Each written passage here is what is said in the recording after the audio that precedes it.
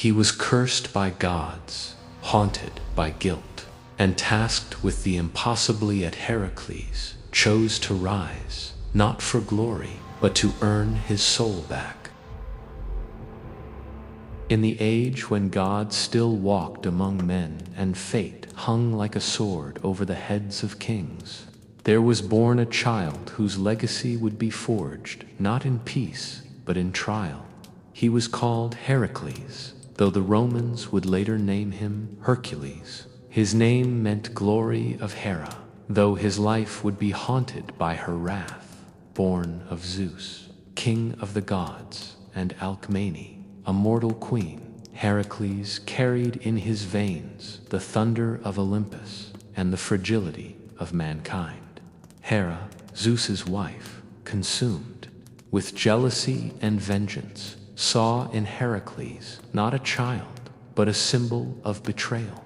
From the cradle, she sought to extinguish his light. Even as an infant, Heracles wrestled serpents sent to kill him. He crushed them with his bare hands. The world took notice. Heracles grew into a mighty warrior, beloved and feared, trained in all arts, skilled in every weapon. He was taught by Chiron, the wise centaur, whose pupils included Asclepius, Achilles, and Jason. Under Chiron, Heracles learned not only the arts of war, but healing, music, philosophy, and humility. He was not merely a brute. He was a man of soul and silence, often lost in his own mind. But it was not his victories in battle that would define him. It was the madness. In a moment of divine cruelty, Hera struck Heracles with madness. In his frenzy, he killed his wife and children. When clarity returned, so did horror. The strongest man alive fell to his knees, crushed not by armies, but by guilt. He wandered the land in anguish, a fallen star wrapped in mortal skin. He sought answers not from men, but from oracles. He prayed not for salvation, but for punishment. At Delphi, the oracle of Apollo gave him a path. He would serve King Eurystheus and complete 12 labors, tasks impossible for any mortal. Only then could his soul be unburdened, redemption or punishment. The line between them blurred, but Heracles accepted, not to be cleansed, but to confront what he had become. The first labor led him to Nemea, where a lion ravaged the land. Its hide could not be pierced by weapon. Heracles tracked the beast to its lair, observing its habits, studying its rhythm. He cornered the lion in its cave, wrestling it with brute force, strangling it with his arms until life fled its eyes. He skinned it with its own claws and wore the pelt as armor.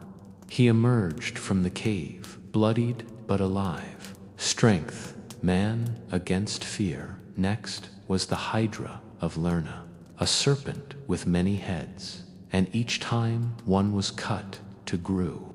In its place, Heracles waded into the swamp where it dwelled, his breath sharp in the stench of decay. With his nephew Iolaus, he burned each neck as he severed it, sealing the wounds with fire. When he cut the immortal head, he buried it beneath a rock. Not all evil can be killed. Some must be buried deep and forgotten. The third task led him to the Cyrenian hind, sacred to Artemis. Golden-horned and swift, it outran arrows and horses. Heracles pursued it for a year, through forests, over streams, across seasons. He did not rush. He learned its paths, whispered to the earth, and waited. When he finally caught it, he held it gently and offered prayer to Artemis before returning it unharmed.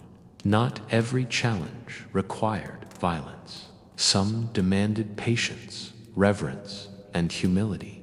Then came the Erymanthian boar, a beast of snow-covered slopes and fury. Heracles chased it into deep snow, where its rage slowed. He bound it in chains and carried it to Eurystheus, the king who assigned the labors. The king, terrified, hid in a jar. The mighty feared the mightier still, and Heracles, covered in frost and blood, did not smile. He was not seeking glory. He was enduring. The fifth labor brought Heracles to the Augean stables. Hundreds of cattle, filth piled over decades. He was to clean it in a day. No blade or brawn would suffice. Heracles studied the terrain, observed the rivers nearby, and then carved channels to divert their flow. He let water purge what man could not. Wisdom over brute force. A hero who thought as well as struck. And when Augeas refused to honor their agreement, Heracles returned later not for revenge, but for justice. Then came the Stymphalian birds, metallic-winged and man-eating. They blackened the sky with their screeches. Heracles used a rattle gifted by Athena, startling them into flight. Then he shot them down with arrows tipped in Hydra's poison. Each bird fell like dark stars. Sometimes noise breaks silence. Sometimes noise saves lives. The hero did not marvel at their fall. He simply moved on. Labor 7 led him to the Cretan bull, a beast once sacred, now maddened by divine jealousy. Heracles wrestled it to the ground, subdued it without bloodshed, and sent it back to the king. He did not slay it. He merely reminded it who was stronger. Even divine madness could be tamed with mortal will. The mares of Diomedes, 8th labor, devoured men. Heracles turned their hunger upon their master, Diomedes himself. Only then did they calm. He bound them, led them away, and sighed not from exertion, but from sorrow. Violence met with violence. Not all redemption is gentle. Sometimes peace comes dressed in blood. The 9th task, the belt of Hippolyta, queen of the Amazons. She offered it willingly, moved by Heracles' honesty. But Hera, never content, stirred chaos. War broke out. In the confusion, Heracles believed Hippolyta betrayed him. He fought, slew her, and took the belt. When truth returned, it was too late.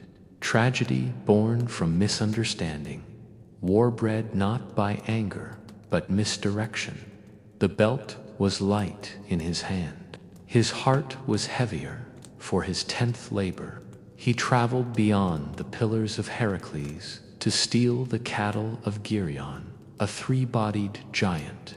Heracles crossed deserts, scorched by sun, and created an altar to Helios, the sun god, who gifted him a golden cup to sail across the sea. He slew the giant with a single arrow that passed through all 3 bodies. He did not just take the cattle. He left behind a legend and the golden cup, now empty.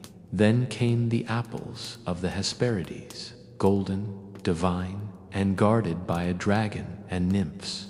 Heracles wandered the world in search. He wrestled Nereus, the old man of the sea, for directions. He freed Prometheus from his eternal torment. Finally, he found Atlas, who bore the heavens. Heracles offered to bear the sky if Atlas retrieved the apples. But when Atlas tried to leave him with the burden, Heracles tricked him, asking for a moment's relief. Then he vanished with the apples. Even gods can be outwitted, and sometimes strength means holding the sky, even for a breath. The final task, to descend into the underworld and bring back Cerberus, the 3-headed hound of Hades. No weapon, no trick, just will. Heracles descended, eyes open, heart steady. He faced death, looked it in the eye, and did not flinch. He spoke to Hades with respect, asked permission, and took Cerberus with only his bare hands. The beast did not resist. It knew the strength of one who had already died in spirit and returned 12 labors, 12 trials. Each shaped him, each scarred him. And in the end, were they redemption or punishment? Perhaps they were both. Perhaps the gods, in their cold wisdom, knew that to atone is not to forget, but to endure. Heracles did not become pure. He became whole. His soul bore the memory of every battle, every mistake, every innocent killed, every monster slain. And in that burden, he found identity. But fate had not finished with him. In time, he would again suffer poisoned by love, betrayed by those closest. Deianira, his wife, unknowingly gave him a robe laced with the blood of Nessus, thinking it would secure his love. It burned into his flesh. In agony, he built his own pyre. As the flames rose, so did he, ascending to Olympus. The gods who once judged him now welcomed him as one of their own. He married Hebe, the goddess of youth. But even in divinity, he carried the scars. Heracles was not a perfect man. He was a broken one who chose to rise. His strength was not in muscle, but in the will to walk through pain, to lift burdens not meant for mortals, and to face monsters born both within and without. So when we speak of his labors, let us not speak only of might, but of meaning. For every head he severed, every beast he conquered, reflected the battles inside his own soul. Heracles is not remembered because he won. He is remembered because he did not stop, because even in fire he rose, even in death he endured. Even in madness he sought redemption. In the end, his story is not of triumph, but of transformation. Heracles is not a god who chose humanity. He is a man who was made divine through suffering, through trials, through the unrelenting pursuit of meaning in the face of chaos. This is the myth of Heracles. This is the measure of a hero.